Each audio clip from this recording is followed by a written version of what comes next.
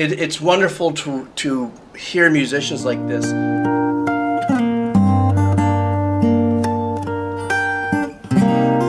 Hey everybody, how you doing? How's it? My name is Geebz. I'm an old composer here at the Decomposer Lounge World Music. And so I am circling back this week like I told you I would. And one of my very first artists from Indonesia that brought me a lot of wonderful comments and some views and a lot of subscribers. Guitar player from Indonesia, Alip Ba Ta. I think somebody told me in the comments that that means 1, 2, 3 or something. So if you wouldn't mind leaving me in the comments what his real name is, that would be wonderful. I also found out something even more wonderful, excuse me, through all the comments and everything, is his humility, his humbleness, that he has a job as a forklift operator or driver, and he loves his job, and this is what he does from his from his soul, from his heart and stuff. And it's so encouraging and so lifting to hear stories like that, because there's so much great talent out there, but somebody like him could influence others to pick up an instrument and do the best that you can and have a wonderful time doing, because the other 2 videos I did were amazing. So I look forward to this. Of course I am familiar with the song, but how he arranges it and plays it, that's probably what's going to make this really unique. So let's do this. This is Alip Ba Ta, excuse me, Queen's Bohemian Rhapsody. All right.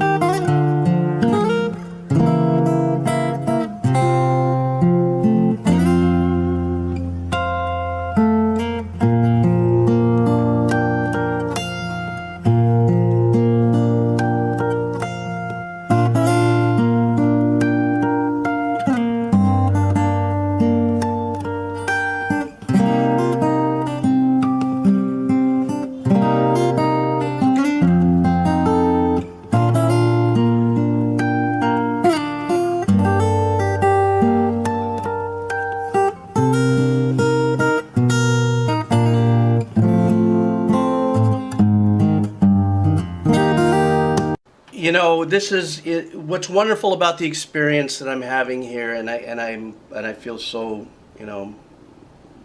grateful for YouTube for showing me so many wonderful. As an old person, I'm not big in listening to new music and stuff, but it's wonderful to hear musicians like this. In this case, with this gentleman here, he has already shown many different styles of guitar playing in this short minute and a half that I've been listening to. Enough to make me, because I play guitar a little bit, I mean nothing like this, but enough to make me having to memorize the patterns and playing in a way where the melody is embedded in the chord changes. Okay, that's not easy stuff, especially in a song like this. There are songs that might be a little easier to play and stuff.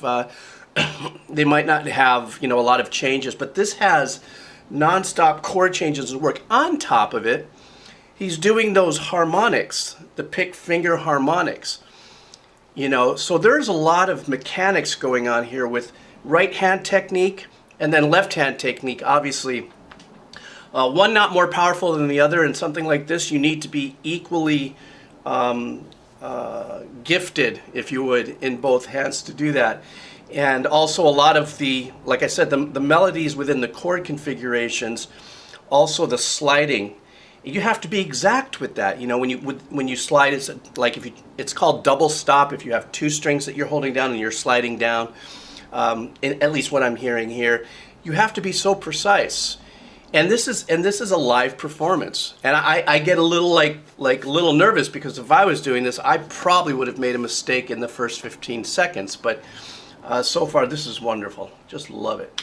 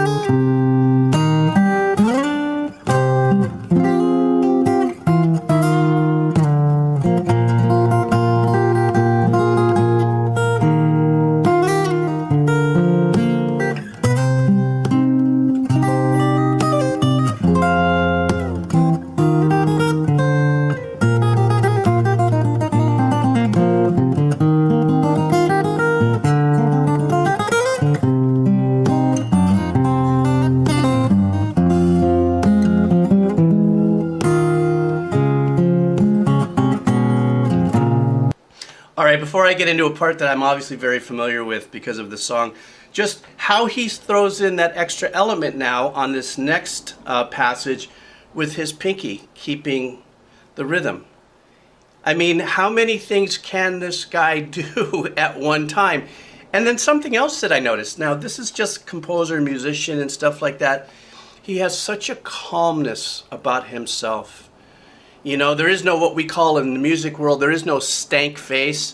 You ever see when musicians play instruments and sometimes they're like, you know, you see the expression in the faces here? He's so calm. And then even when he did the turnaround, when I first started the song back up, and he looked up and he just like was channeling the energy of the music.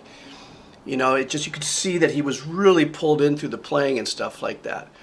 You know, and then there was some really nice phrasing that he threw in there. Obviously, this is his own arrangement, right? Because even if you gave this song to 10 different guitar players, they're going to come up with 10 different ways to arrange this, you know, to make it personal to their own way of playing guitar. But I love in here that I did hear some nice little Western bluesy riff kind of playing that came around in a couple phrases, which was really super cool. Okay, now it looks like we're going to go into one of my favorite parts. I'd love to see how he's going to do this.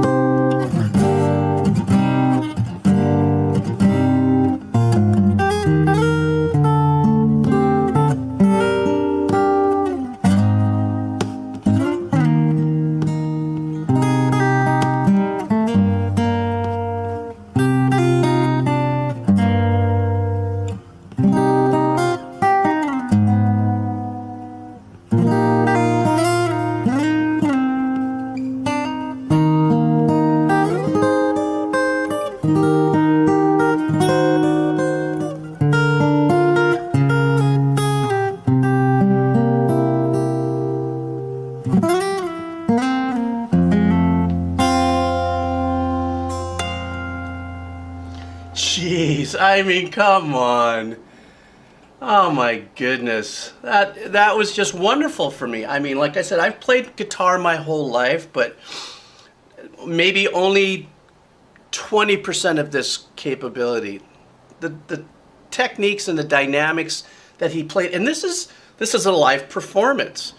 You know, and even though there's a couple spots in there where he knows and I know and people who are listening, he had himself a little bit of a, almost got himself into a challenge there. He didn't flinch.